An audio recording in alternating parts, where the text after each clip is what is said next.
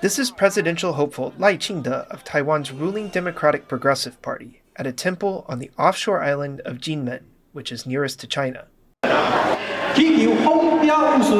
And this is his main rival, Hou You-yi, of the opposition Kuomintang, or KMT, at another temple in Taiwan's capital city, Taipei. And this is Ko Wen-je, the third force contender from the Taiwan People's Party at yet another temple in southern Taiwan. Taiwan's political candidates regularly make these appearances on the campaign trail. When current President Tsai Ing-wen campaigned for the 2020 elections, she made over 130 temple visits, leading the KMT to criticize her as the temple president. But for people in Taiwan, it's an important part of the election process. 很多人会来啦，也有蓝的，也有绿的，也有白的啊，各方面大家会来看谁的政见比较好啊。他除了来拜拜以外，这里是活动中心，人情聚集，在别的地方找不到这样理想的场地。很重要啊，因为在台湾宗庙是最多的，比 Seven 还多。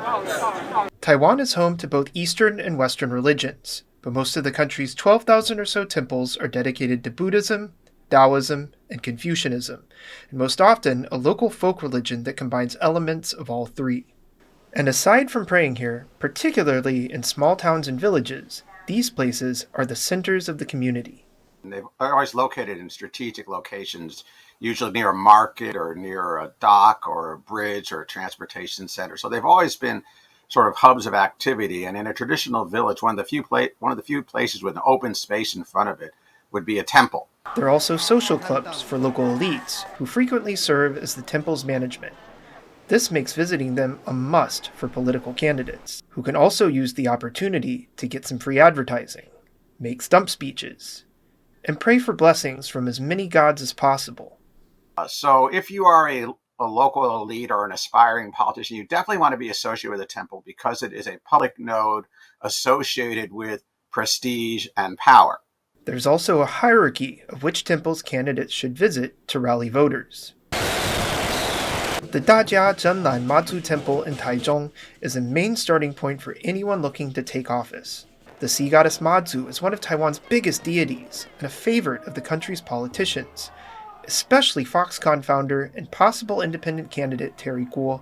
When he announced his first presidential run in 2019, Kuo said Mazu had told him in a dream to do it. Huang,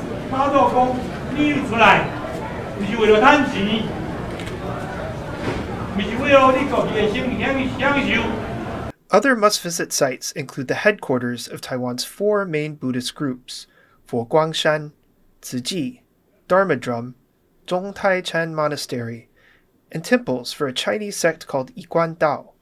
But mostly, it's pit stops at smaller local temples, like the one happening here, that are the norm in Taiwan.